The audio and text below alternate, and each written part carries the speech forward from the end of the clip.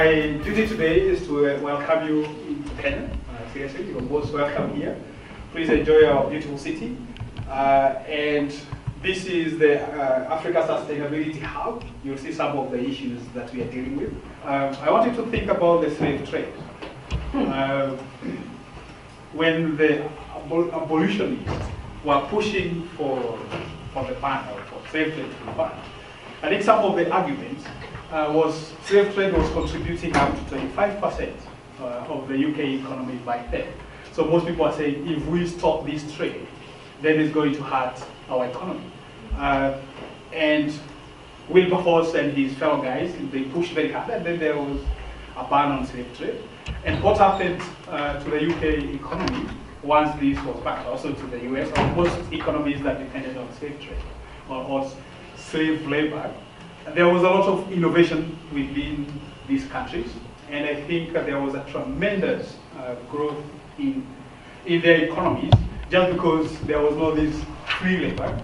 Now they had to think and innovate on how to sustain the economy without that free labor. And this is one of the demonstrations. Right now, most of the countries are fearing that if we stop using fossil fuels, we'll hurt our economies. I think that is the common argument. But I don't think they're taking a leaf from history, although I understand the major differences between slave trade and also use of fossil fuels. The other thing I want you to think about is mainly environmental health. Think about the tobacco industries when they were trying to ban or to increase the taxes on the use of tobacco. There was a lot of fight, especially in the US. And I think there was enough evidence showing that tobacco use was affecting health.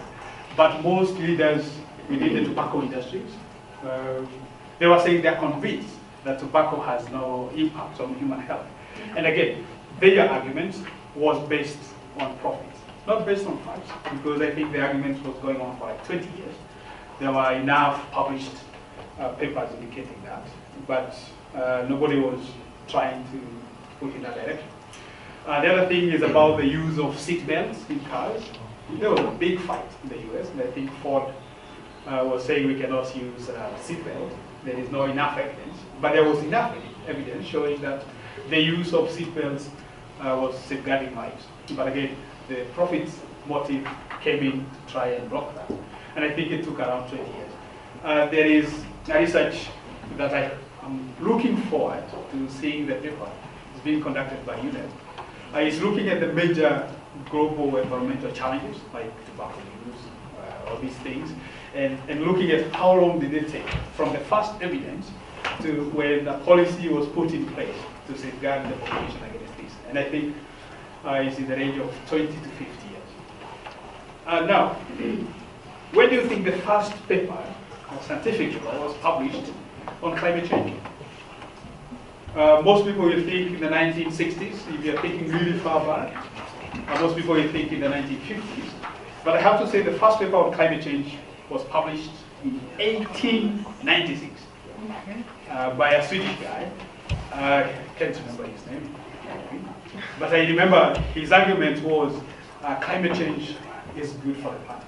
Of course you can understand because it was confusing. So let's narrow down to Africa. Specifically in Kenya. In 2010-2011, we had a massive drought in Kenya that I think even the president declared international disaster. That drought itself costed the country 13% of its GDP. This year, 2016-2017, we had the same level of drought.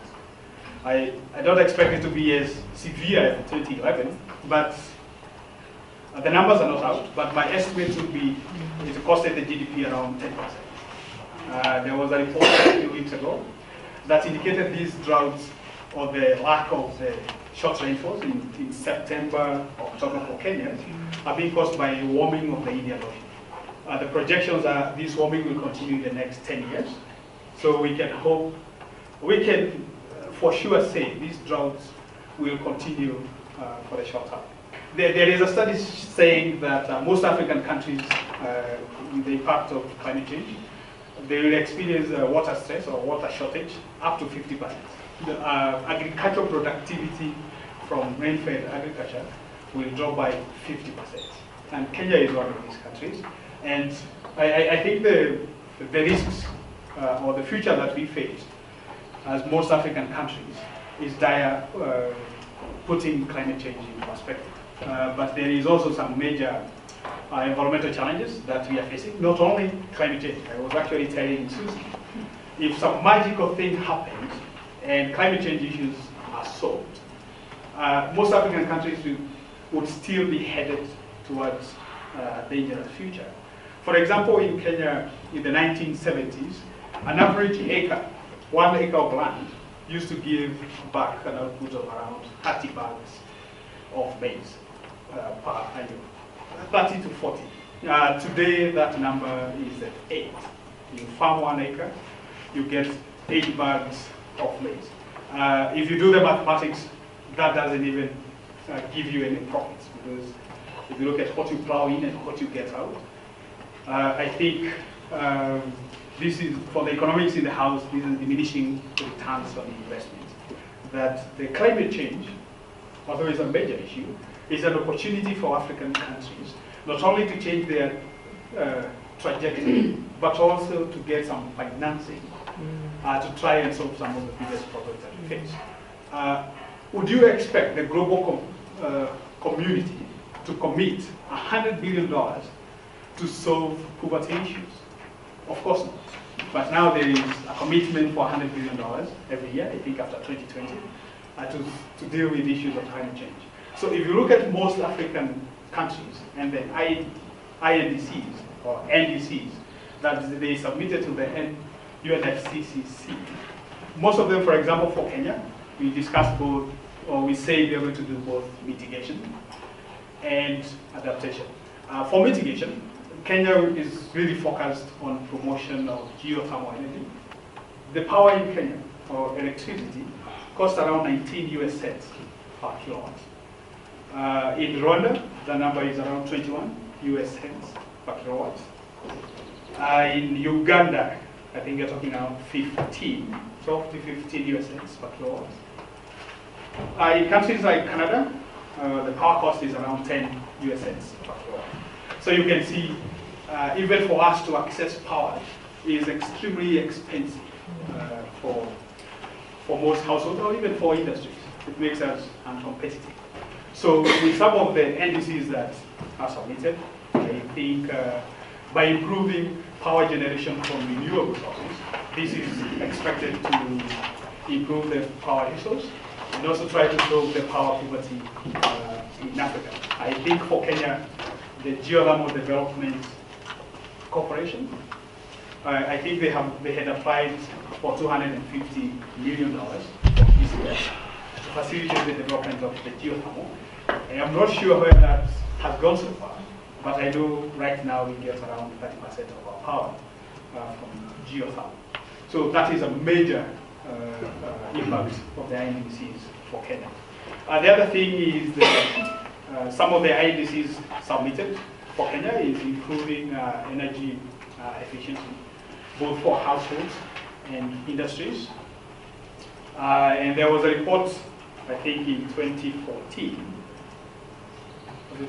there is a report from the WHO indicating that in Africa we lose around 600,000 people prematurely due to the impacts of indoor air pollution. And this is as a result of using the traditional cook stoves that emit a lot of air pollutants.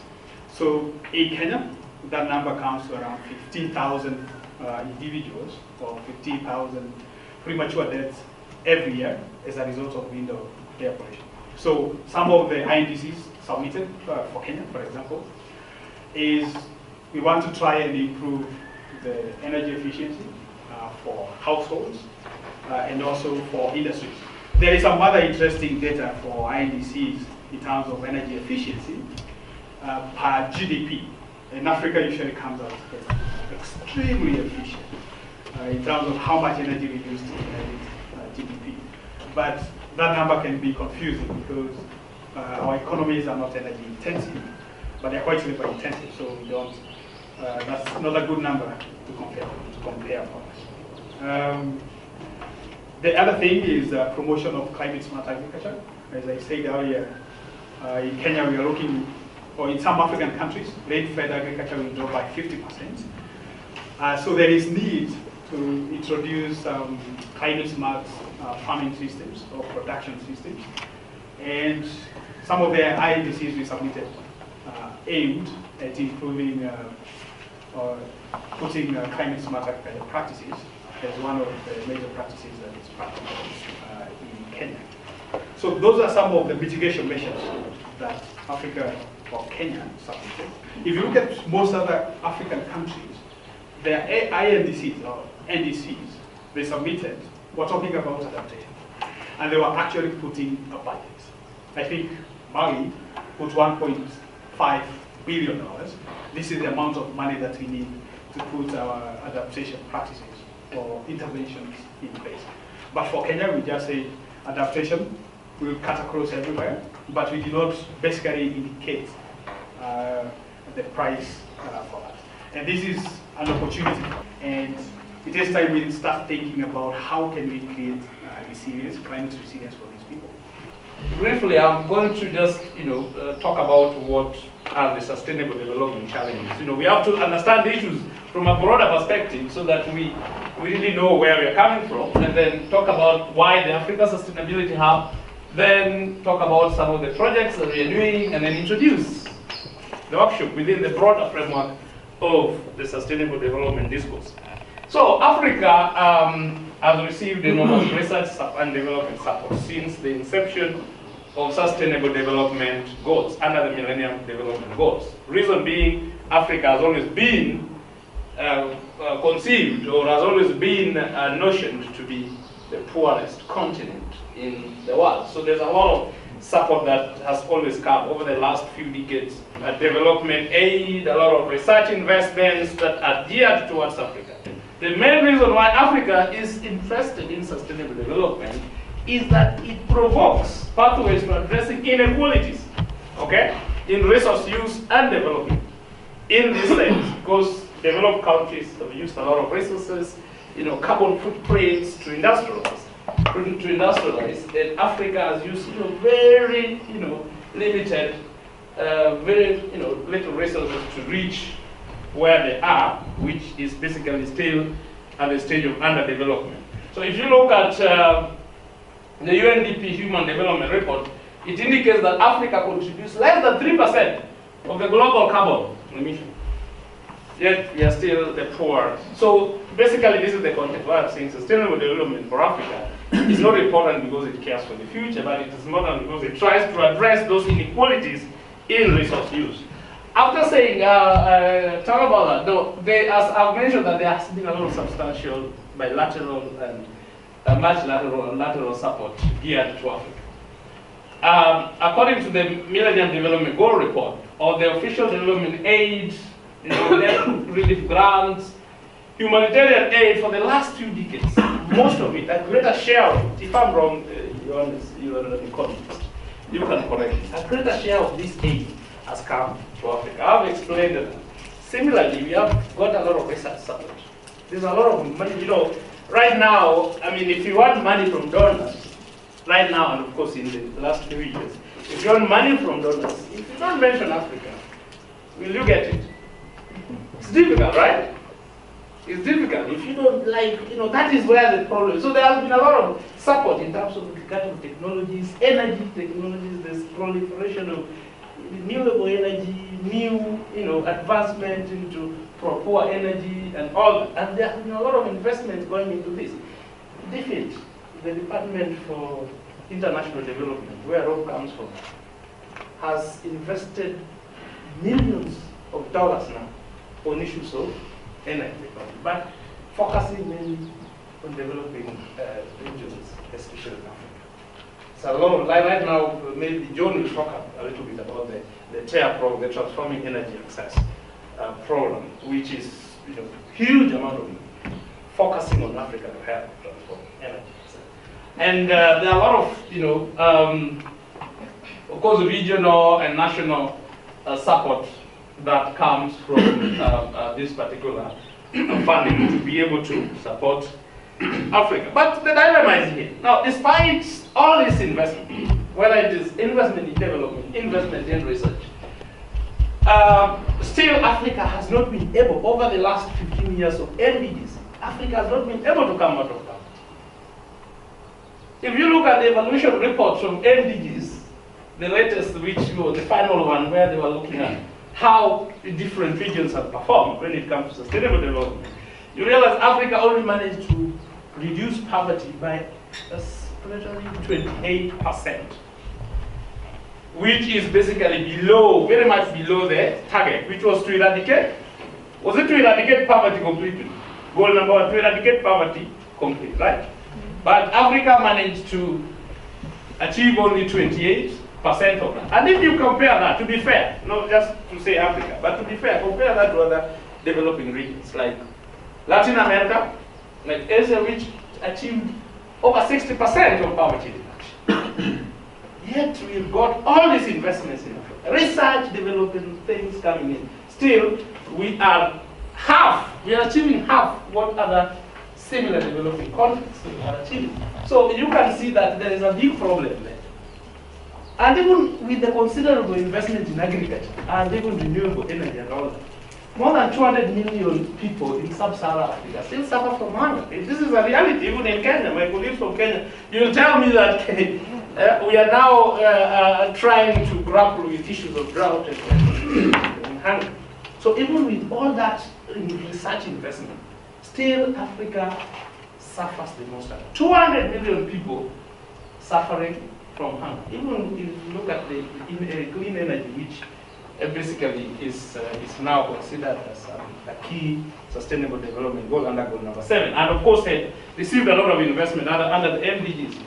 Africa still has the highest number of people with lack of clean, affordable, and sustainable poverty situation. So the question we are asking, should we rethink Africa's sustainable development pathways?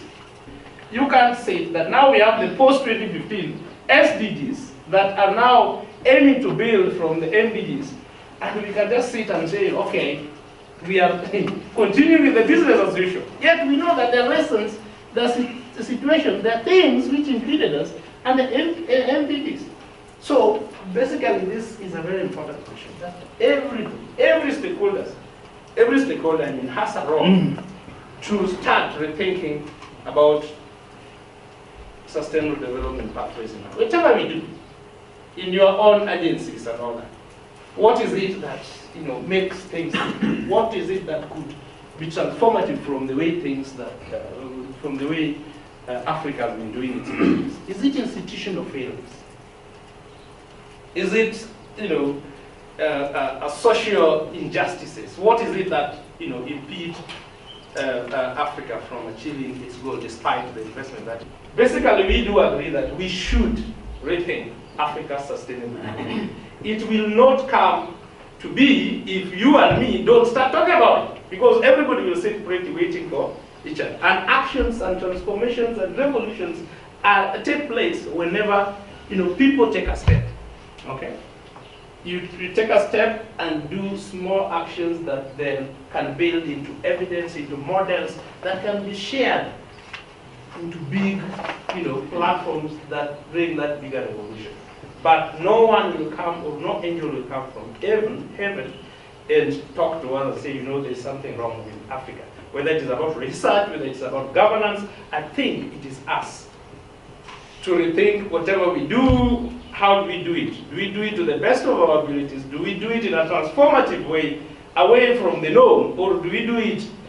So in the context of this rethink, the Africa Sustainability Hub was launched in 2015 by the Kenyan Minister of Finance and the Minister for Environment. And the aim of the hub is to help in investigating and exchanging knowledge about transformative pathways to low carbon transition. Low carbon transitions comprise a lot of development issues. So the hub is one of the 6 global consortiums There are other consortiums in Latin America, India, China, Western Europe, North America, and they've been, these hubs, so these consortiums have been established under the auspices or under the support of the STEP Center at the University of Sussex. STEP Center is based at the Institute for Development Studies of development policy. I mean, it's always at the top there.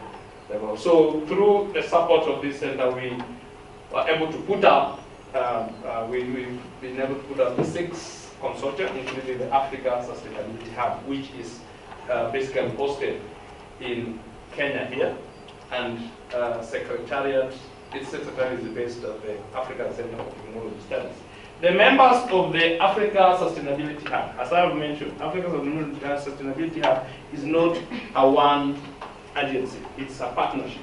It is a network that is still being built. It started with a transformative idea and it's still being built. So the launching or the establishing members for the hub at the STEP Center, as I've mentioned, the Africa Center for Technology Studies, where I work, and the Africa Center Center of the Stockholm Environment Institute, as well as the Africa Technology Policy Studies. These are basically leading research and policy think tanks within Africa. So when they come together and start saying, we want to attain sustainable development issues in Africa, my friend, then it's easy to expect really that it's going to be to bring some level of transformation in terms of how we do the business of sustainable development in Africa. So the critical thing about the hub, what is it that is unique about the hub? Other than, I mean, people have formed partnerships, people have formed networks. But what is it that is new? What is it that is unique about this hub? The unique things of this. One is that the hub builds on North-South and South-South partnership for research and capacity building. This is very important because partnership is, of course, as you know, very critical for any intervention that are being undertaken. And we've had a long history of North-South, collaboration with, institutions in Europe, working with institutions in Africa, which is good. And the hub is building on that, but adding on the aspect of South-South partnership as well. In that, we understand that there are a number of agencies that are doing various business or various activities on sustainable development within the southern hemisphere, and there are a number of talents, a number of expertise, a number of experiences within the southern hemisphere. So our hope is that we can also be able to, sort of harness that partnership to be able to be complementary in whichever work that we do. We are able to share information across the different agencies within the south, but of course also integrating our colleagues in the north. So when we talk of partnership here, and this is what is transformative about this hub, is that this hub is built on partnership that is more of an exchange of ideas, lessons, and resources between 2 or more parties within the hub. So in brief, the partnership we are trying to bring up is a partnership of mutual benefit. And I'm put there in there that it is not financial aid, no. And we should get this clear, because financial aid we've seen as not working for Africa. So it is about mutually engaging with each other based on honesty, based on a transparent opinions and perspectives, and based on principles that basically speak to the needs of Africa. So in this particular partnership, we work quite in a collegial basis with our colleagues in different parts of the world, whether it's the south or north. And this is one of the partnerships I think I've enjoyed. I mean, I've worked with a lot of partners before I joined this partnership. But I think this is one of the partnerships that I've seen really to be honest, really to be passionate about African issues, and really to be based on collegial understanding. It is not a partnership where African institutions are administrators, where they're only producing programs and distributing leaflets and all that. And then we have the global big experts from the north. It is not that kind of partnership. It is a partnership where every issue, every aspect, research need is addressed on a need basis, and African researchers, experts, policymakers, they have similar opportunities to make decisions regarding this particular partnership.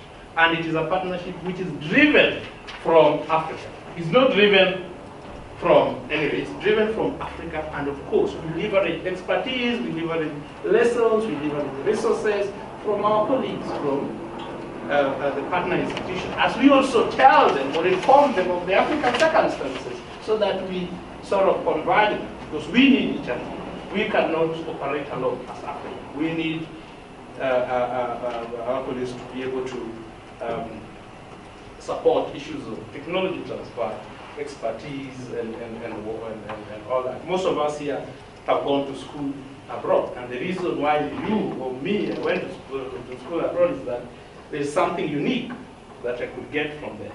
Most of our colleagues come from the north, come to do research or to do, experience the situation in Africa, and the reason is that they know that there is something that can, bring transformation by understanding the African context. So this partnership is modeled in that particular way, and I've mentioned that it is not financial aid. We work without finances because we have a passion, we have an idea which basically is critical and close to our heart. So indeed, from this particular model of partnership, the Africa Sustainability Hub is increasingly becoming a model to see in terms of partnerships for sustainable development.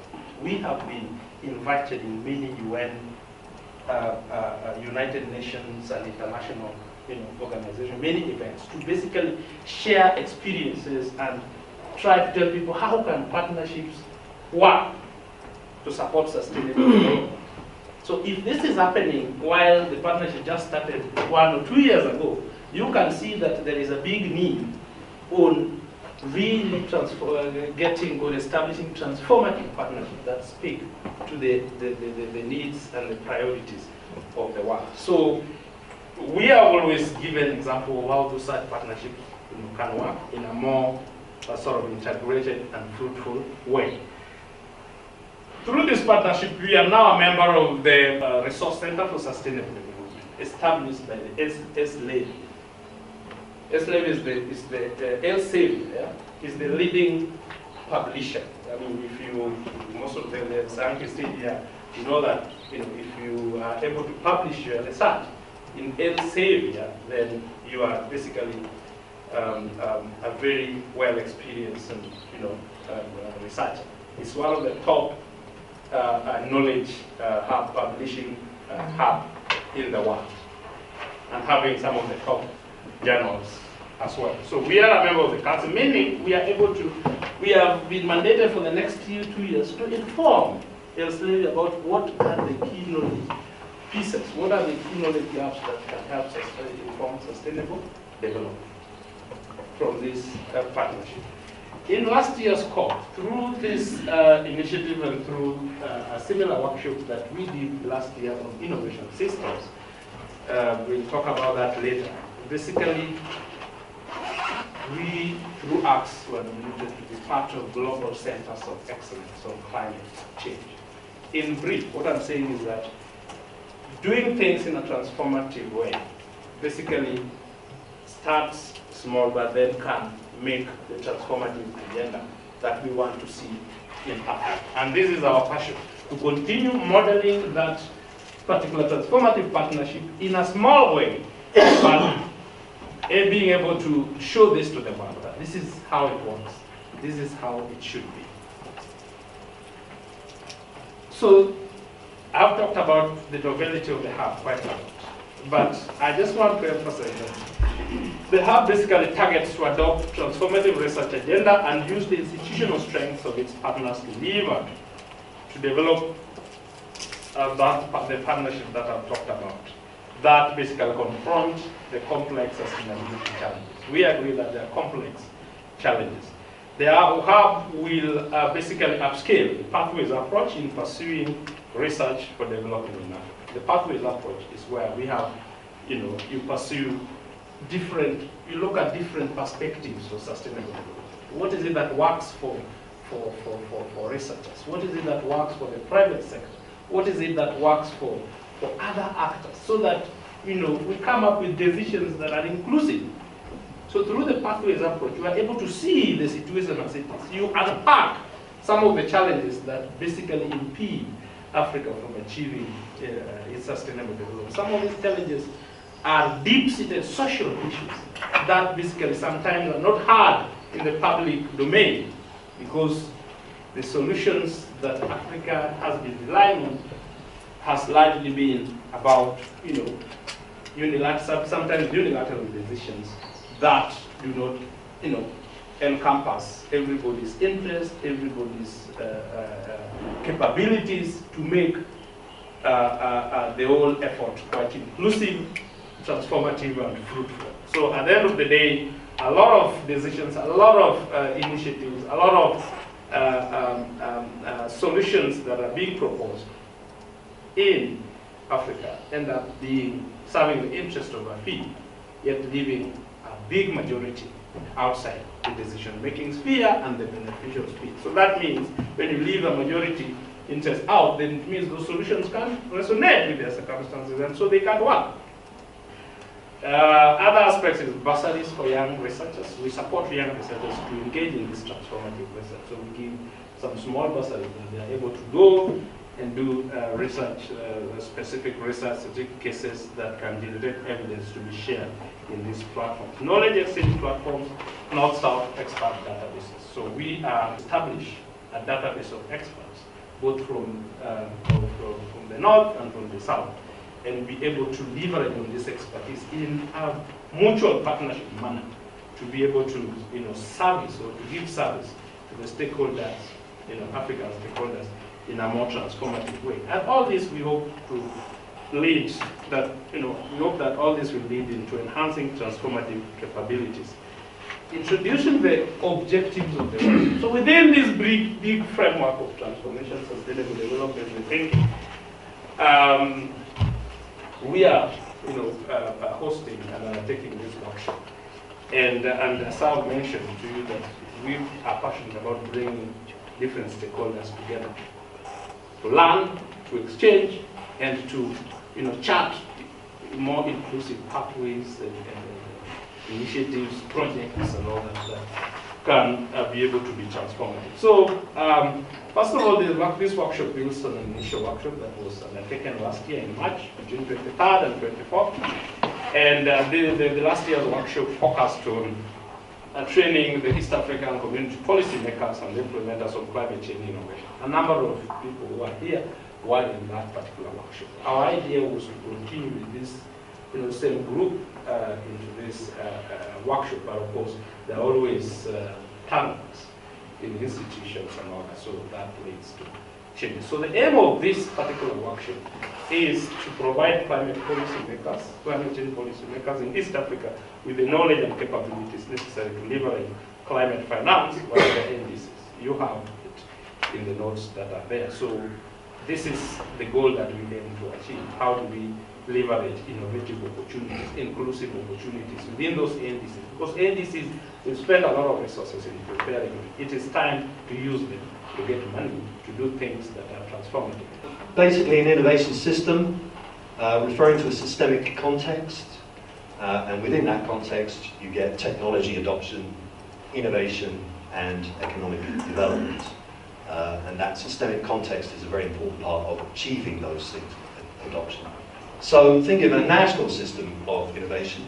It is, in a sense, bounded, it's not sealed, but it's bounded, conceptually at least, nationally, and encompasses a network of actors who, through the various strengths, weaknesses, whatever, and nature of their relationships, how they engage with each other in various ways, produce innovations. So innovations emerge out of the interactions of various kinds of actors who are seeking to solve problems or whatever it might be.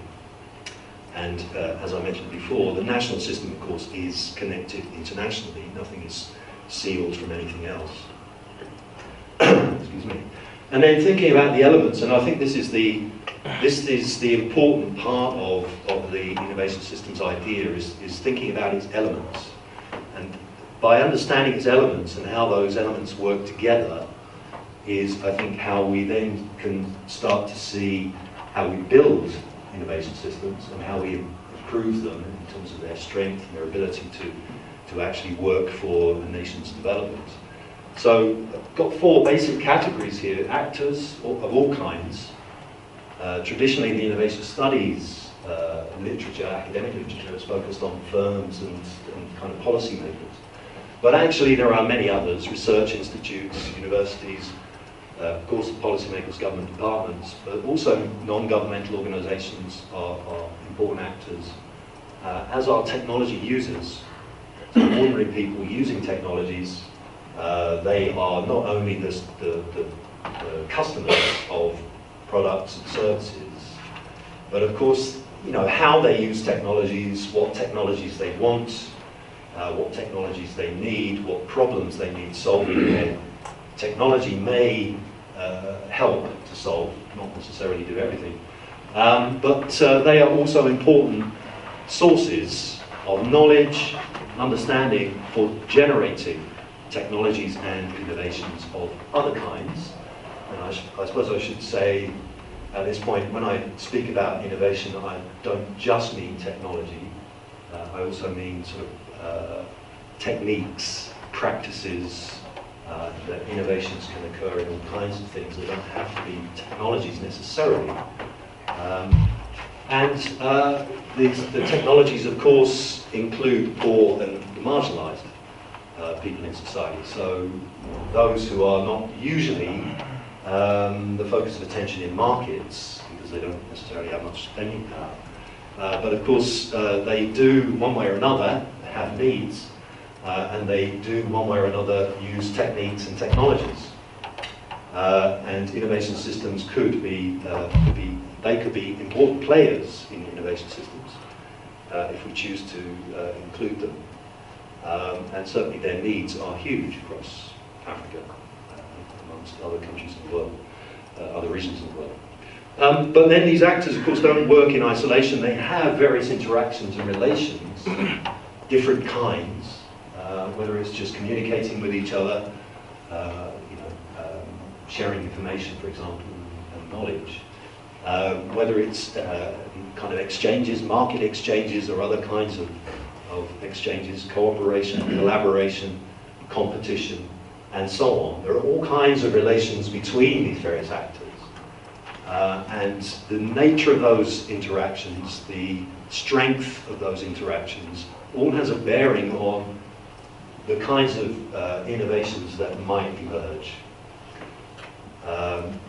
So we mustn't forget that we need to work on building relations of various kinds between as many of these different actors as possible. And then, of course, skills and knowledge, really critical. There's always a lot of talk about capacity needs in Africa, and they are certainly huge. And capabilities, particularly, skills and knowledge, whether those are the skills and knowledge of individuals or sort of collective skills and knowledge. So you think of a firm where there are many employees. Together that firm is able to produce certain products or services. You could think of that firm as having a collective capability. But likewise, different firms working with each other can produce particular kinds of innovations or technologies. So we can think of those as collective capabilities. You can extend that then, of course, across the whole innovation system. You think how the innovation system as a whole. We think of countries as being good at particular things or bad at particular things. We can think of those as collective capabilities. And then all of this is happening in a context of institutions. And I'm using the word institutions here not as organizations, but as kind of rules of the game, whether they are very formal policies, regulations, standards, those kinds of institutions, or less formal or non-formal, informal, things like practices, norms, and so on. Some of these can be very important. So research that I've been involved in looking at mobile-enabled payments for solar home systems, for example, those business models have benefited from understanding how people pay for kerosene. So their practices, their energy practices, how small amounts of money buying kerosene on a daily basis or a weekly basis, and then translating that sort of practice into a payment schedule for a solar home system, so it works with practice rather than trying to practice. And that's, so understanding those specific practices is very important for creating an innovative business model. Alongside, of course, the technologies involved, mobile banking and solar home systems and so on. So all of these elements are part of innovation systems, and they're all elements that we need to look at, that we need to build, we need to understand and to build.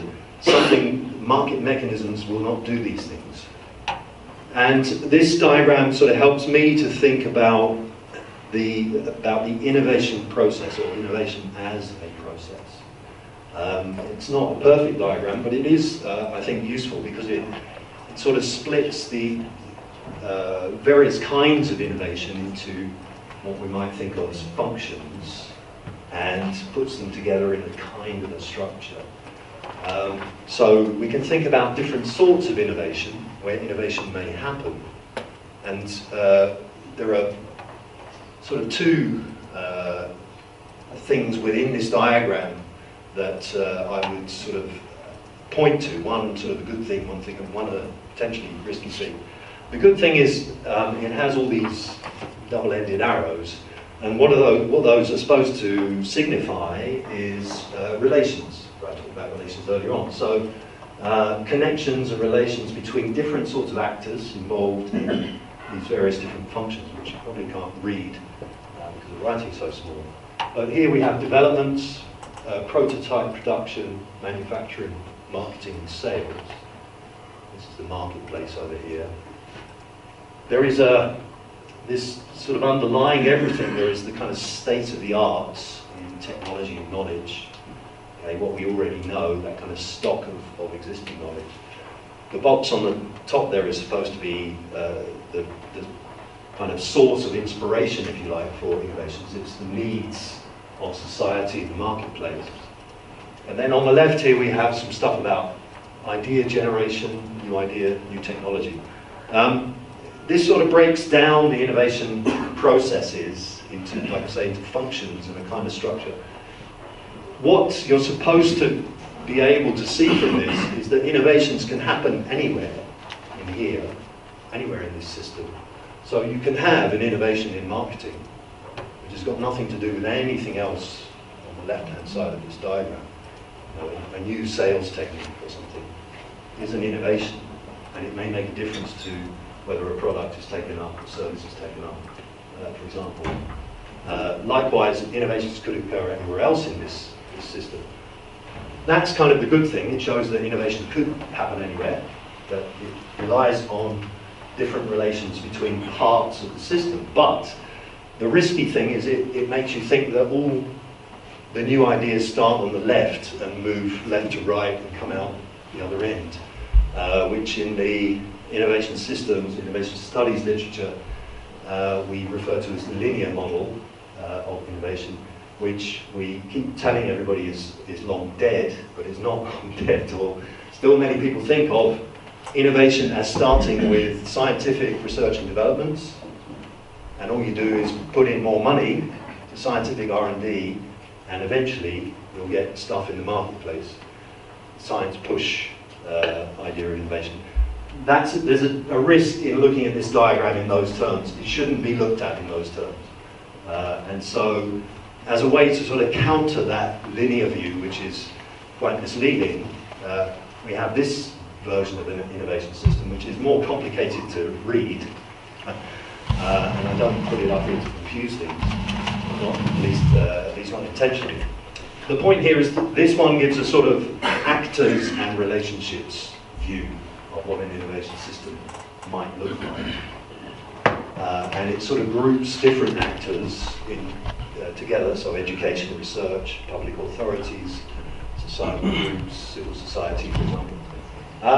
User groups, excuse me, suppliers, producers, financial services. Probably add other actor groups to this. The point is that there are many different actors. They each have their own needs, motivations, objectives, etc. And they, potentially at least, can communicate, can be in relations with other actors in different ways. And what we're trying to do when we're building an innovation system is to help these different actors build their own capabilities, their skills and knowledge, but also help them in developing these relations which, over time, as those relations strengthen, as capabilities strengthen, so you see technologies and innovations emerge. So thinking then, if you accept that the NSIs need to be strong, then that is a reasonable goal to aim for, then thinking about where, what are the sources to help us do this, help us build strong African national systems of innovation, and thinking specifically about climate change, the challenge around climate change, huge challenges around climate change and climate change action. I'm sure you're all familiar with this architecture, but I'll go through it in any case. So we have possibly the two most relevant parts of the UNFCCC architecture. There are other elements, of course, which are important, but these two being the most obvious. The technology mechanism is in two parts. There's the policy arm, as it were, the Technology Executive Committee, and then the implementation arm, the Climate Technology Centre and Network. The CTCN is probably the one that, in terms of building innovation systems, is going to be the most sort of directly useful, potentially. It's not, I would say, particularly strong itself in terms of capacity or finance. The money that it's getting is quite small for the challenge it is facing. But at least in principle, there's something to work with there within the UNFCCC. The tech is probably something that very few of us in the room will engage with very much. I have a little bit, not very much, a little bit. Probably the most important other avenue for those of you in the room is going to be as parties. I think it is also still, sadly, fair to say that the technology and finance mechanisms are not well linked in the climate change architecture. I was looking, when I was preparing these slides, looking through the bits and pieces of the architecture, and noticed, I hadn't realised this before, that for the CTCN deals directly with national designated entities in developing countries, and the finance mechanism deals with national designated authorities in developing countries, and the two are not necessarily the same. I don't know, maybe you can correct me if I'm wrong, but that seems already to be a problem, that there are two different entities in each country, one dealing with technology, one dealing with finance. Is that the case? Which, starts to create a problem, I think, already in terms of the architecture.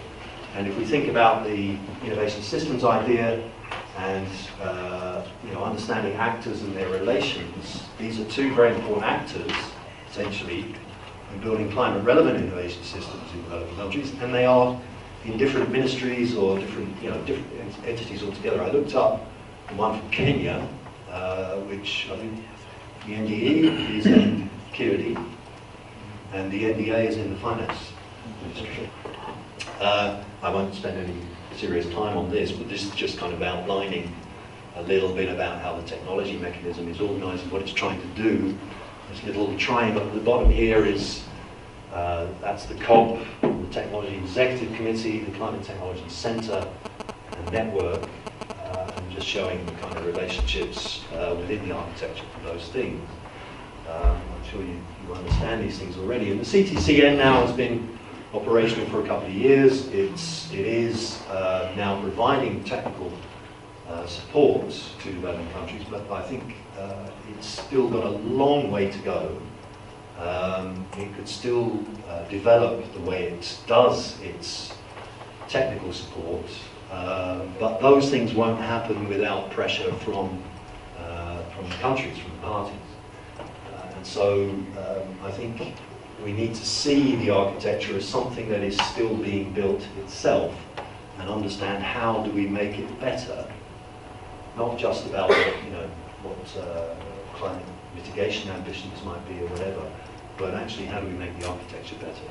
And I think there are possibilities, and hopefully the CRIBS idea is at least one contribution to that. Whether you take it all up or not is of course entirely up to you. Just a bit on finance. There is, of course, the Green Climate Fund, which is supposed to be like $100 billion a year. We'll see. I'm minded of the Global Environment Facility when that was agreed in the Summit in '92. I think the figure was something like $250 billion a year was supposed to be the finance to finance sustainable development, and I think what accumulated through the GEF might be $20 billion or something since 1992. So there's ambition and there's there's reality. So $100 billion a year is until it happens, I would say, is an ambition. And so far there's not that much money in the GCF. But having said that, there are plenty of other climate funds around. Like I say, I'm not an expert on climate finance, and so there's no way that I could even begin to talk through this very complicated diagram. This comes from Climate Fund's update, which you may or may not know. And they keep a kind of abreast of the flows of climate finance, and sort of have developed this diagram to show the architecture. So you might argue from this that even if the GCF is not forthcoming, not particularly successful in generating the kinds of money that we're hoping for, that at least there are many other sources of climate finance which could be used to help build innovation systems. And actually, I would argue that quite a lot of the work that can be done, let's say, relatively cheaply, if that's the right word, and that actually the Green Climate Fund is going to be more focused on very big projects, $50 million and above. $50 million, I think, would be considered a small project. And many of the innovation system building activities will not be that expensive. If you think about the success of the solar PV market in Kenya, which is globally kind of lauded as a great example, very successful, and I don't know the specific figure, but there's been probably over the course of 30 years, maybe $10 to $15 million of investment. I would guess somewhere in that range, and it is one of the most successful off-grid markets in the world, and a lot of activity now, attracting a lot of overseas investors and so on. So it's not necessarily the case that we need millions and millions of dollars in big projects to do the innovation system building, although, like I said, that I wouldn't necessarily discount the use of those either. But anyway, just pointing out the Climate Fund's architecture, that's all the acronyms on there, there are a lot of them. Again, I'm not going to go through those. Instead, let me move on and think about NDCs and how they could be sort of linking together the various elements that are necessary for climate change action, but also for climate relevant innovation system building. I think, again, it is fair to say that NDCs are not yet detailed. George pointed to contrast, for example, very little detail, and that perhaps is understandable. Much of the detail that exists probably exists in other documents in any case. So I think about Kenya, which has got very ambitious plans around climate change. but the NDC is not particularly detailed. So it talks about which sectors, perhaps are going to be priority sectors, and a little bit about some technologies and so on, but not a lot of detail. Maybe that will change in time, and maybe as things like so building innovation systems takes, if anybody takes that up, then perhaps that can help to develop some of that detail. But whatever happens with the detail, there is still the need for actual strategy and implementation plans. And again, this is where I think CRIBS, or something like it, may be useful, as well as CRIBS being essentially, the basic idea being coordinating actors. So CRIBS here, climate innovation system builders, being actors, coordinating actors, actors that can look across a nation's development in terms of innovation systems and think about what needs to be done and try and help those things get done. So thinking about broader development goals, connecting the innovation systems idea with those development goals, how do you achieve them? Well, let's say it's a two-way relationship. How do you achieve the development goals to build, or you could say that national systems of innovation could be a development goal, but also trying to achieve the development goals helps to build the innovation system. I'll try and say a bit more about that shortly. But potentially, we can link NDCs to CRIBS to specific projects and programs. So a little bit more about what we kind of envisage at this stage about what CRIBS might be. We would say essentially located nationally, so interested in national development, but linked internationally, very important for, like say, knowledge flows and so on. But essentially a coordinating institution or organization, one that is able to understand local capacities and capabilities, what exists, but also what needs there are in terms of those, in terms of capacities and capabilities. Is able to coordinate projects and programs which help to build links between different actors, between the projects, and to facilitate the flow of knowledge. Helps to identify and develop those projects and programs, and in that role then can support NDEs and NDAs in their roles, okay, and linking those roles together. And perhaps with that kind of knowledge, the capability that a CRIB itself could develop becomes an important actor in advising on innovation strategy at the national level. And many other things. I mean, these are just some. But ultimately, the idea is to turn this into action and think about action through projects. So actually trying to make things happen on the ground. The happening on the ground that does the building of innovation systems. And how do we know that a project is relevant to stakeholders? The answer is fairly obvious, that we ask them what's relevant. We engage stakeholders in project design. CRIBS can be conveners to bring actors together, different actors, and so that's not just private sector actors, it's not just government actors, it's not just technology users, and so on. It's bringing different stakeholders together to figure out what to do, what needs to be done, and to turn those needs into project ideas or programs and projects, to facilitate the design of those projects and programs. Design in such a way that they are relevant to the needs of the particular stakeholders, which I would argue helps to develop the sort of political credibility of those projects and encourages people to support those projects and to become active participants, not just beneficiaries, but participants. Very difficult to do in practice, but the benefits of doing so, the fruits of doing so, can be very, very powerful. So some kind of actor who can do this kind of convening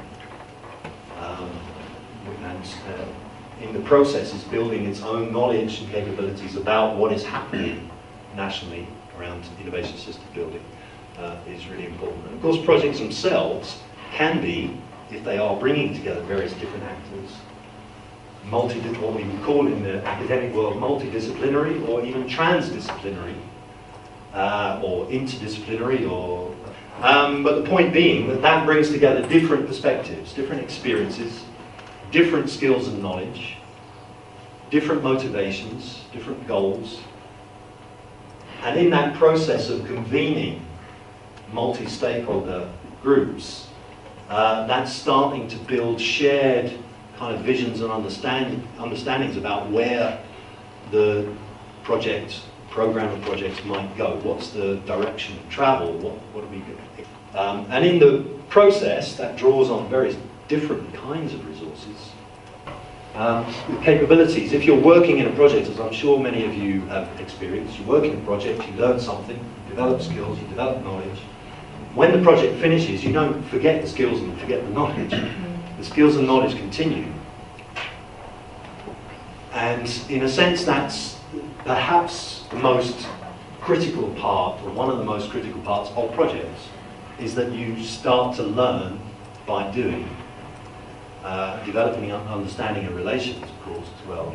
But those skills and knowledge stay with you, which you can then employ in the next project or whatever it is, hopefully to inform a better project than the previous one. And so you develop those skills and knowledge further, and you do this as collectives as well as individuals. And in the process of implementing projects, of course, you're also, in a sense, testing the institutions, the policies, regulations, laws, etc. that exist already, that you're trying to work within, are being tested sometimes by those projects that you might be doing. So Richard and John from the Song and Evan from the Song project, you're trying to do something quite experimental. You may have come up against particular policies, regulations which are problematic, you have to work within. Ideally they would be adjusted. But in doing a project, you learn what the adjustments might need to be, and you can feed that back into policymaking, and policymakers will listen, and potentially change those institutions. Likewise, to go back to the other kinds of institutions, the less formal ones, the kind of cultural practices, these kinds of things, that you may be finding there are issues there where you need to fit within cultural practices. And if you're successful, you may find those cultural practices might evolve as well. A kind of mutual accommodation. It may take some time, but it's possible. But the point is that you, in a sense, test these things in practice. Do they work for this innovation, this technology? And if they don't, what needs to change? And potentially that does then end up being a change of policies, laws, regulations, potentially other kinds of practices. So all of these things can go on as well. And together, all of this stuff, if we think about multiple projects across multiple parts of a country, we are starting to build bigger, stronger, denser networks of actors with increasingly strong, should I say, complex capabilities. Developing institutions that work for the technology or the innovation, work for it rather than against it. And hopefully, I think we need to think of projects, particularly where we are really trying new ideas. We need to see them as experiments or something more like research and development and less like a traditional project. So, there are standard project management criteria, for example. Time, cost, quality, I think, are the three main ones. Okay, fine. I mean, it's important to be accountable for the spending of public money. But at the same time, there are, as I was mentioning before, very important benefits which are not captured by those criteria. So when you learn something in a project, that already, to my mind, is some degree of success, because that can be carried forward to the next project. So even if the project, as it were, fails according to the traditional criteria, it may still be successful for other reasons, and very important reasons. And so I think we need to slightly change our view on what projects are, or what constitutes success in a project. I dare say that that will never change, but I think it I'll make a plea for it here in this room, and see how far it gets. And then the long view. I'm talking about decades of work. Look around the world to any innovation system, well-functioning innovation system. They did not happen quickly. They did not happen in the life cycle of a project by any means. We're talking about decades. So I've just mentioned the solar PV market in Kenya. That's now about 30 years in its evolution, and it still has plenty to do. But there is a partial innovation system, I would argue, around solar PV in Kenya, and actually an evolving one in various other countries in East Africa. Tanzania actually is doing quite well, I think, as well. But this endeavour takes a very long time, and that needs a lot of patience, a lot of commitment, a lot of strategy, and particularly when we look at past experiences of building innovation systems, there's the notion of the words aren't particularly flattering, but building from sort of simpler capabilities up to more complex. So simpler is more, let's say, basic engineering competencies, management competencies, and so on. Working with technologies and innovations and making those work in a context is already important for building skills and knowledge. And then over time, sort of raising the complexity, becoming more and more complex, with the sort of the great prize, as it were, is the innovative capabilities, the really creative, I should say, kinds of capabilities, which will sort of emerge more quickly in some sectors than others. So we look across Africa and some of the strengths, let's say, around health research, which I understand to be significantly strong across Africa. We look in Kenya around solar PV, and now the combination with ICTs, and there's really quite a lot of very innovative activity there, very creative. But other sectors are not doing so well. So there are, these things move at different speeds, depending on. So then, in terms of the work that colleagues and myself have been doing on learning from innovation, the history of innovation in East Africa particularly, but also actually learning from other work we've done in China and India, Chile, and then looking more broadly across the innovation studies literature. Trying to bring all of these things together in terms of what are we looking for, what do we need to be trying to do in order to build innovation systems. And we sort of, let's say, distilled 4 basic goals. There's a lot of detail under each of these goals, which we've tried to at least explain a little bit in this, I don't know if everyone's got this yet, but there are printed copies of this, hopefully for everybody. What I've done is taken an extract from a book that David Otwell, a colleague of mine, and myself have written around sustainable energy. But the ideas we hope translate across other sectors. And what we've done here is to identify these 4 basic goals that when designing, implementing, etc. projects, trying to achieve these 4 goals. So thinking about designing projects in a way that can help to achieve these goals. And we've listed in this extract various activities that we suggest might be indicative of helping to achieve the goals. The lists, I'm sure, are by no means complete. I'm sure there's a lot more that we could put in there. But as some kind of guide to think about, okay, when you're designing a project, what sorts of things should you be trying to put into that project as activities? Hopefully this is helpful. And hopefully this will be helpful in the various sessions, interactive sessions.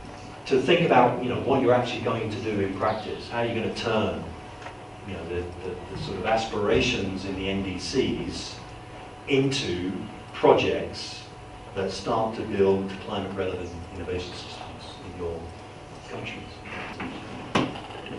And then just to sum up, which really is very brief, should be very brief, just to reiterate, I think the Paris Agreement, along with perhaps other international kind of policy agreements, offers a huge opportunity.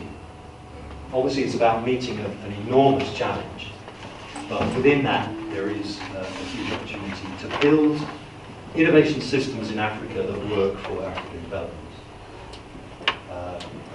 The NDCs at the moment are, ambitions, and they are broad outlined goals. They will be reviewed every 5 years, of course, and I think in that mechanism there is potential to not only raise ambition, but also to increase the detail. Really think about, implementing and focused on building innovation systems using this policy architecture and climate change action that can come along with it. So I think the CRIBS idea helps to operationalize NDCs, it can do. And so that we can begin to translate the goals in NDCs, the development goals generally at the country level, into actual projects that begin to make innovation systems real, rather than ideas on paper. I'm just going to briefly run through an overview of the INDCs submitted. INDCs because not all of the African countries have actually ratified the Paris Agreement. A couple of them are yet to ratify. At the moment we have about 143, I think, last time I checked, probably more than that, state parties that have ratified the Paris Agreement. So quite a number of African countries are on the list of those who have not done this. So in terms of strategies, so they have these different sectors. One of the biggest sectors that was an area of focus was agriculture. That was the top one. Over 40 countries actually said agriculture was a big issue for them. So that's a priority area, of course, because a lot of our continent, of course, we are very agriculture based, and we rely on grain, which is also a very climate sensitive area or sector, as you know. And then, of course, you have water, was identified as a major priority. And then you have health issues, you have biodiversity, you have forestry, you have early warning systems, you have infrastructure, energy, fisheries and marine, coastal zone management, human settlements, ERR, land, and then flooding and tourism. So in this order, and you can realize that this is mostly adaptation focused, although there are a lot of elements of mitigation on this. And really the focus for African countries was on adaptation, but you all clearly understand that the NDCs are primarily about mitigation, how much emissions countries are going to, cut down. But most African countries are actually going to cut their emissions through investments in these sectors, which are at the very basic level adaptation oriented. So you have these sectors, and if you look at the INDC submitted by Kenya, for example, and later it's NDC, Kenya ratified, I think, at the beginning of this year in February, I think, or early March. So this is also true for Kenya. You have agriculture, you have water, you have energy, and you also have land issues and fisheries as the main areas and priorities for African countries. And then so we have these sectors that you're looking at. So it begs the question, what are the cost implications for these different countries? So looking down there, you can see the different countries and then you can see how many millions in terms of US dollars that they projected that they would need to actually implement their nationally determined contributions. So you can see the amounts are really huge. If you tally all of these numbers, it will definitely go, and these are the estimates until 2030. So you can see the amounts are really huge for those different sectors for the different countries. And if you put all these together, it comes to quite a lot of money. And I'm not sure that the 100 million US dollars that has been promised will be able to actually meet some of these costs for the implementation of the NDCs. So we are looking at, so we've looked at the different, the costs, the different amounts of money that the countries indicated that they would need. And so you look here and you see what African countries were asking for against what, for example, the Annex 1 countries. I hope everybody's familiar with the terminology, Annex 1, middle countries and LDCs and seeds and all that. So different from the commitments submitted by other countries, Africa's commitments, most of them are really conditional on financial aid. You can see the red circle, you can see the big green portion, and then you can see the purple up there. It's conditional to getting financial resources so that they can be able to implement. So this gives you a picture of the extent to which we might predict that African countries can meet their climate change obligations in case scenario A, they don't get financial help. The 100 whatever US dollars promise doesn't come. B, they only get a small part of the money that they have requested for, and situation C, that they don't get any money at all. So these are the lens through which we must look at the NDCs submitted by African countries because of this conditionality that was put on them. So again, we come back to the priorities, and I would like in the discussion sessions we'll go back to this for different countries to really reflect on what is happening at the national level in these priority sectors that their countries have outlined. So how does the agriculture sector look like, for example, in Ethiopia? Who are the actors? What relationships exist? What are the different capabilities?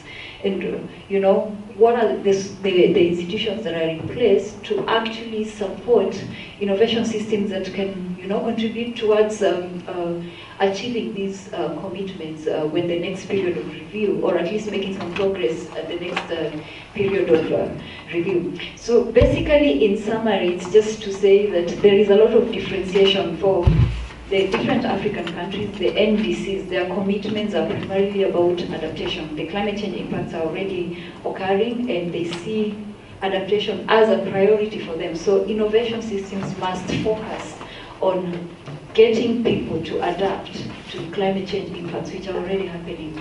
And then information on adaptation comprise different actions and strategies, and cost and finance, which are quite detailed. I think that is where I differ a bit with what Rob said. Of course, I think the documents that were submitted were very detailed, very summarized, so they kind of look like policy documents. But when you read through them, a lot of them make reference to national strategies, national climate change policies, so that they are actually connected back to whatever policy and legal framework that different countries have. For Kenya, for example, you have the NDC, which is drawn from the National Climate Change Adaptation Plan, the National Climate Change Response Strategy, as well as now the Climate Change Act, which just came into force early last year, I think in April or thereabouts. So because they relate back to what is already existing, then they provide a fairly good amount of detail to go by. But this is not the case for some of them. For some of them, in the analysis that was done, there is no reference at all to the existing national plans or strategies or whatever. It's like they just came out of nowhere, sort of to say that they were not informed by any sort of, evidence, and you can't clearly say how they came up with those different commitments. And then, of course, the final issue is that adaptation and mitigation actions are really conditional on, on financial support. And today we are talking about issues of climate finance and innovation. So now you can start to clearly see how these can be able to relate. And so the onus is on us to be able to support in our different countries systems that can be able to generate also finances, because we are not sure the amounts of finance that was promised will come through. So national systems have to be able to evolve to generate funds or come up with, innovative systems or finding money to fund some of these priorities that we have set for ourselves. I think I will end there, but then before I sit, I would also like to show you the NDC Explorer tool. Rob already alluded to this. So I think you all heard him talk about the NDC tool that was developed by my colleague at ACT, was very much involved in this, Kennedy Beba, as well as the GDA, Peter Powell. So we have this very interactive platform. It's called the NDC Explorer. And there is a link. You will all get this link so that you are able to actually look at this. And I'm trying to see if there is internet. Oh, yeah, there it is. So for example, if you come here and click at the Central African Republic, you will see the categorization. And here on this small dialog box, you can see the classification. Countries that are not party to the UNFCCC, low-income countries, basically the least developed countries, and then you have the lower middle income section, upper middle income, and then the high income countries. Sudan, you should be able to see climate change mitigation. You can see the different types of it's funny. So you can be able to see what they submitted in their NDC. So what are the targets? You see policies and actions, mitigation focus area. You can see for Sudan, that is renewable energy. You have energy efficiency, you have transport, you have carbon capture and storage, you have agriculture. And you can see all these different details. And then you can always go back, click on Chad. Oh, that's Niger, sorry. You can also see the same, how much money they requested for, 7.6 billion US dollars. Let's see, for 60 billion US dollars. You can see renewable energy, energy efficiency, transport, yeah, all these areas. So this is a very interactive tool. Please feel free to interact with it. If you want to find out what exactly your country's priorities were on the NDCs, you can be able to do this. This is an online platform. In the future, it has already been adopted by the UNFCCC, and in the future, we are hoping that currently there are talks to ensure that some of these countries can be able to actually upload markers of progress to this platform on their own, so that it's very much interactive and it can be updated from time to time to see what is exactly happening and in case of any changes. So you'll get this link so that you can interact with it. I think I will end there. Thank you very much. We have the NDCs that came in 2015, but before that our countries have plans and we have our agendas, we have our growth paths and growth trajectories. Yeah? So what are our national priorities? Yeah? I give a case of Kenya, for example, because I'm Kenyan. And yeah, I have this in my fingertips. Yeah? And our growth priorities are anchored in 3 pillars. Yeah? That's the social, economic, and political pillar. These are what Kenya wants to do in 2030. And they have particular goals and achievements to do this. And the enablers of this infrastructure, human resources, science and technology, land reforms, energy. So these are some of the drivers that will enable the country to meet its Vision 2030. Now, it brings another interesting aspect that we want to marry our development agendas to the NDC priorities. In the NDCs, we want to reduce emissions from this, from the mitigation priorities. Yeah? Whereas in the development, well, it can either be low carbon development pathway or brown development pathway, as long as we meet our development agenda. Yeah? And that is arguable, depending on in which aspect or in which angle you look at it. But in 2030, we have to get to meet some objectives. And at the same time, in 2030, we have to meet our 30% reduction. Of course, we talked about conditional and non-conditional, and somebody also said that whether it's conditional or non-conditional, as a country we have to get there. So, we're taking consideration of 4 sectors in our development priorities. Yeah? And in these 4 sectors, you realize that there is interaction with the NDC goals within the various sectors. Yeah? Like, for example, if you talk of energy, there is energy for industrial processes, there is energy for transportation, there is energy for energy generation and consumption in the residential sector, there is energy for agriculture. At the same time, agriculture, there is agriculture for energy, and we have agriculture leading to waste, and we have to have this waste management. If you look at water, there's water for agriculture, and water and forestry also supports the water towers. Yeah? So these are crisscrossing interlinkages that exist within these various sectors. Yeah? And so we ask, who are the actors? Yeah?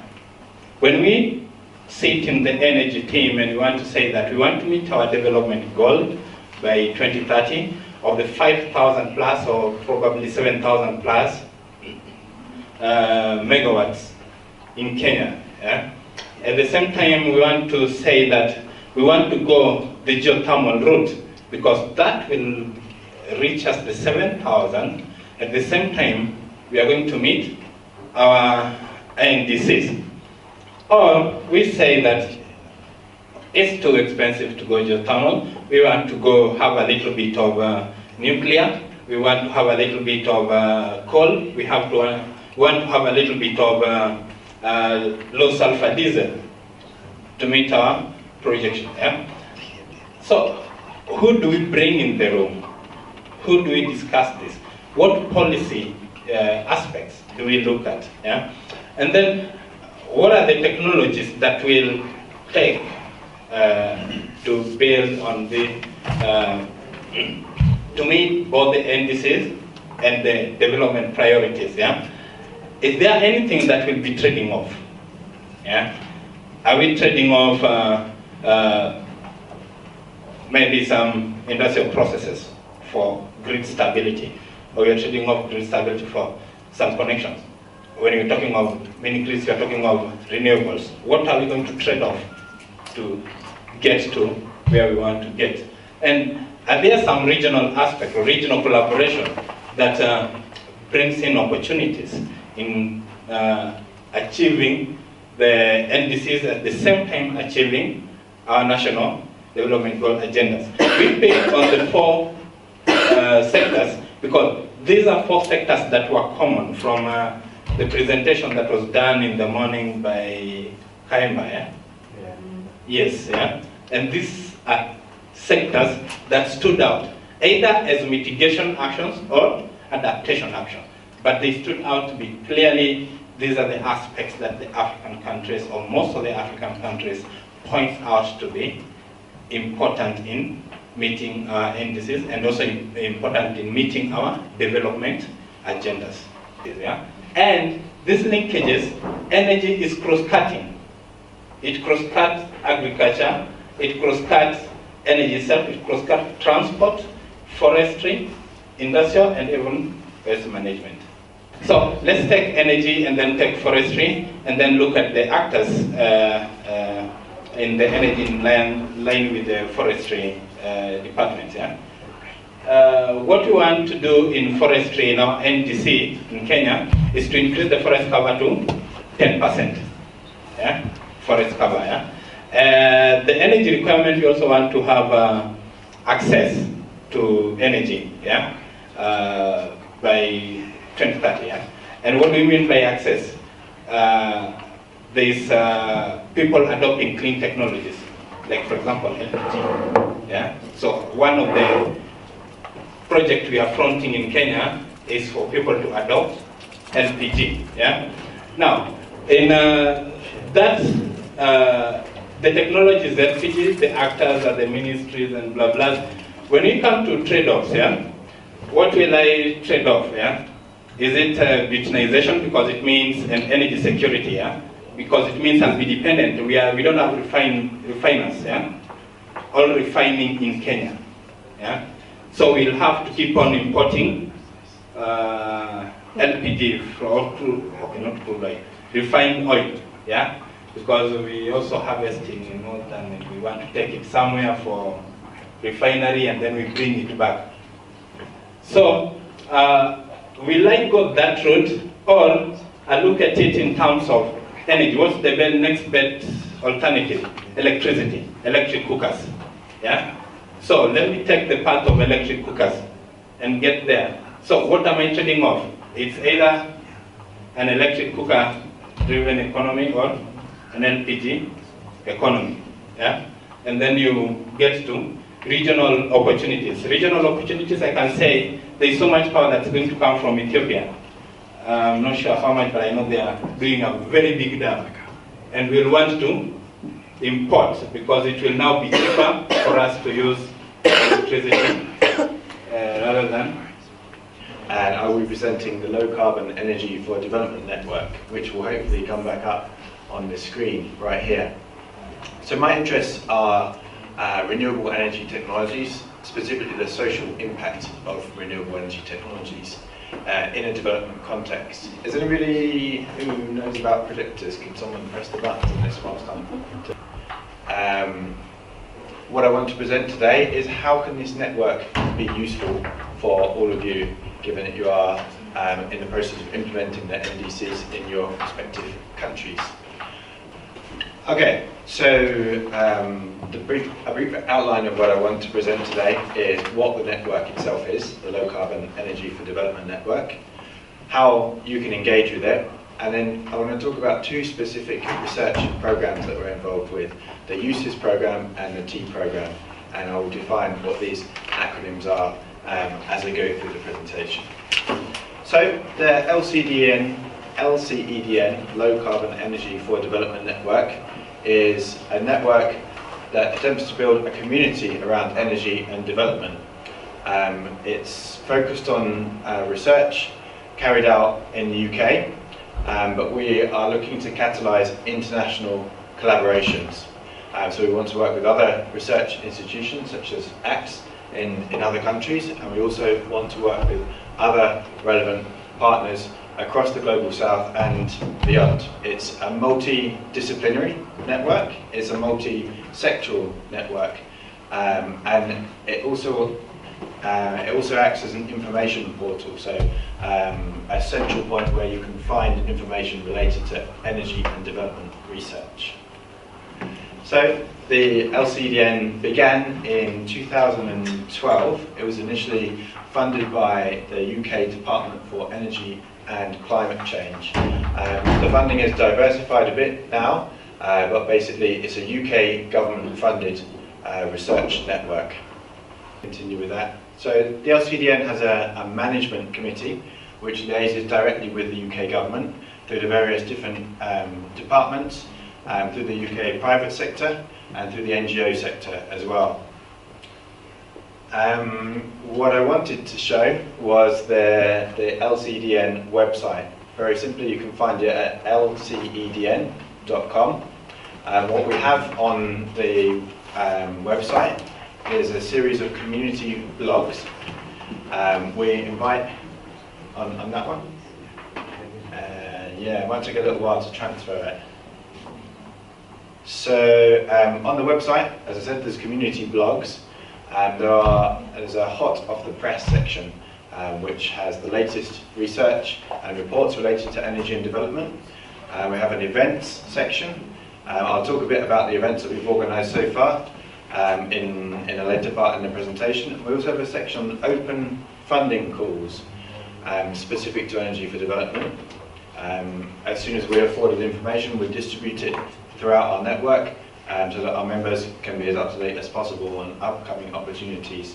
We also have news, so if there are upcoming events, for example, related to energy for development, we'll post them there. You can sign up for these updates very simply on lcedn.com. In the top right hand corner of the website, there is a box where you enter your email address, and I think it might ask you for a couple of other details, but within 1 minute you should be able to do it. So if anyone's got a laptop open now and they fancy doing it whilst I'm blabbering on up here, then please, by all means, do go for that. We also have a Facebook and a Twitter feed, and everything that goes out on lcedn.com will appear on those two as well. So we also have a searchable database of experts. You decided you want to design a project around a specific technology, but you want to know more about that technology. We have in our database of experts a list of people who have joined up to the network and what their research interests are. So you can type in and you can select from a list of research interests and find someone else, other people who are working in that particular area. So you can put yourself either directly in contact with that person, or you can then find the research that they've published, some of which is available on lcedn.com. Yes, thank you, good work. Okay, so this is the expert database here. So giving the example, say, I want to know about energy policy. We put in here, thematic experience, energy policy, and look who comes up. I can't quite read that one. I can't quite read that one either, but I know what it said because I made a screenshot yesterday, and it says Dr. Rob Byrne. So you can click this link, it'll tell you all about him, tell you how you can get in touch with him, where he works, and you can find out the research that he's published on that. Grouped by theme, so this is starting at A. If you want to find literature related to Africa, you expand this part here, and all of the papers that have been sent to us that we are aware of, we are signed up to a number of different journals with specific research themes related to energy for development. If we find something interesting, we put it up there. So if you want to find something on biomass, wind power, Africa, whatever, look through those specific themes. We are also involved with creating new postgraduate training programs and opportunities. So either if you or any colleagues are interested in receiving, participating in any training programs, or if you'd like to set, if you have a theme that you think is particularly relevant for a postgraduate training program, then the LCDN can create links there. We run workshops, conferences and seminars, such as the first one, which we hosted in Loughborough to launch the network in 2012. The second one, which I actually wasn't able to attend, was hosted at Sussex. We've been around a number of different UK universities with varying themes each time, such as bioenergy, off-grid and renewable energy transitions. And each one of these events has an event archive on lcdn.com. So if you see anything that particularly interests you there, any of those themes, you can take a look on lcdn.com, and there's information on the presentations, the presenters, and the main outcomes of the workshops. We also have a series of webinars. So we're partnering with the Smart Villages Initiative to run a monthly series of webinars. Topics so far have included remoteness, learning from failure, delivery models, cooling, local energy governance. It says something else down there. I can't remember what it is, so I'm going to go on to the next slide. So, one of the research programs that we are supporting is the USES program. So that's Understanding Sustainable Energy Solutions. So it's a series of 13 projects in various countries, across different sectors and academic disciplines. There's a focus on capacity building and impact in addition to research. So it's funded by the UK Energy and Physical Sciences Research Council, that's EPSRC, and 2 government departments, only one of which still exists, which is the Department for International. The UK does, well, it does still exist for the moment, and we'll see what happens with this. Another Scotland. But the Department for Energy and Climate Change has now been reorganised a bit into, is it Bs? Yeah. Okay. So the USES projects, 13 of them. I will give the example of the SOM project, which is one that myself and Richard have been directly involved with, and Evan, of course. So this is the Solar Nanogrids project, which is based here in Kenya and in Bangladesh.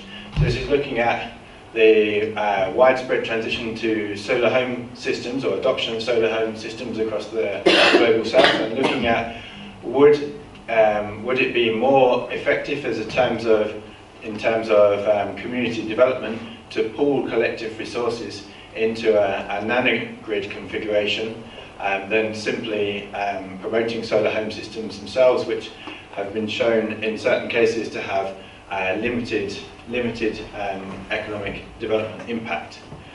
So what we've done is install a couple of hubs here in Kenya, for example, the case that I'm most familiar with, out in Nakuru County. Together with 2 communities, we've designed and installed 2 solar hubs. They are producing, they offer egg incubation services, milling, and household battery charging. So I'm not going to talk too much more about that because I could go on for a long time, but I'm aware that we are very limited on time. The countries involved in the projects, as you can see, we have all of the 5 East African countries that we have here today represented in the USES project. I'm not going to go into that one. We won't go into this into a great amount of detail, but I just wanted to show that with almost all of the projects there is collaboration with East African partners. So at the end of December, then the USES program will be coming to a close, and there is an opportunity for us to organise a closing workshop. The previous workshops, which is actually why this one was up here before, have been based in the UK, as far as I know. Have they all been in the UK? I think so. If not, the vast majority have. But for the final workshop, we are planning to organise it here in Kenya, in Nakuru County, in order to be able to involve the different stakeholders within the SOM project itself. So this is something I'll come back to in a later part of the presentation, because we would like your input on how we can use this opportunity to be as useful as possible to all of you here today. So, on to DFID's latest research programs. This is following on from USES. This is TEA, so Transforming Energy Access. An easy one to remember, being the UK government, it's all about tea. Well, maybe, yeah, but I didn't make that anyway. It is how it is, yeah. So it's a 5-year program. It's worth £65 million, and the LCDN has been given a smaller role within that, which includes an 18-month initiative, which will kick off the program, based around networking and partnerships for skills development. There are 8 key themes. There's gender, governance, value chains, innovative forms of energy finance and delivery models, waste and sustainability, North-South relations, impact assessment methodologies, and transdisciplinarity and cross-sectoral work. Okay, so I'm going to go through these work packages one by one. and I will stop at various points because we would like your input on how we can leverage these opportunities that we have through our support role for the TEA program to create as many opportunities as possible for you and the implementation of the NDCs in your various countries. So the first work stream is networking, of which there are two subcomponents. One is integrating the UK energy and development research space, and the second one is community building activities. So on this first one here, so this is about creating a forum for exchange on what the UK development funding should be spent on. So it's reviewing current UK energy for development research and exploring what the alternative approaches could be to using this money to be more effective. I must say this has been very useful, very engaging, and of course it's one of the platforms that I do appreciate in terms of being able to put perspective ideas into light. I liked the aspect of trying to challenge the CRIBS. Where is it, what is it, is it legitimate, things like this. And this is a very healthy, because through that we get to understand more, and we get to bridge the gap and harmonize some of the scientific ideas that are emerging and the realities on the ground. By and large, I just want to mention that some of the ideas that have been discussed here are very critical, and specifically the innovation system approach.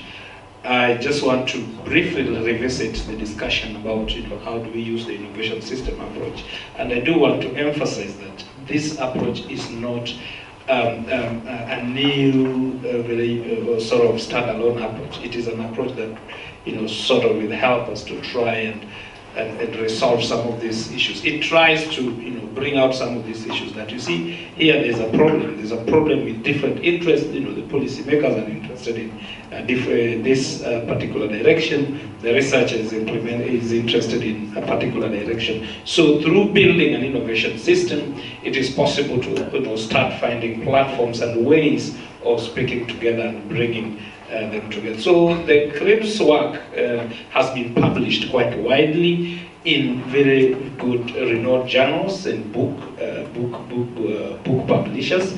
So that qualifies it to be cited. I mean, when you write proposals, when you try to develop ideas, even proposals which win, basically they do cite some of this scientific information. So by the fact that it has been published within those renowned international platforms, it gives the legitimacy that as people want to apply it, we are able to quote it in our proposals, we are able to sort of use it and say it is, somebody can still go into the website and find that it is there. So my point is that the action points that we have discussed under the last session that Rob was facilitated, some of those action points, we can still find a way of moving with them forward using these innovative approaches of building innovation system. The fact that perhaps it is not in a policy document somewhere, or it is not in the NDC or whichever policy does not mean we cannot use it. Winning proposals cite work that is already authenticated as a good source of evidence. So we should use that opportunity to make our work very competitive. This is the idea. Other than that, in terms of the way forward, I think I mentioned sometime yesterday that we are hoping to move on with this process, and because we understand that transformations, as somebody had mentioned, is not a one-off. That way transformation will not happen. Transformation is a continuous process of step-by-step engagement. Now that we all understand that there's the element of innovation system builders, the next step moving forward for us would be to see and find ways of continuing to engage together in terms of building some of those ideas, in terms of trying to break some of those bottlenecks that people have brought up. So moving forward, we are going to continue working with this group, because we are going to have a database of participants in this particular initiative, and we're going to also have a sort of strengthen some of the ideas that have come, the discussion, the concepts that have been discussed, so that we can use that in engaging further.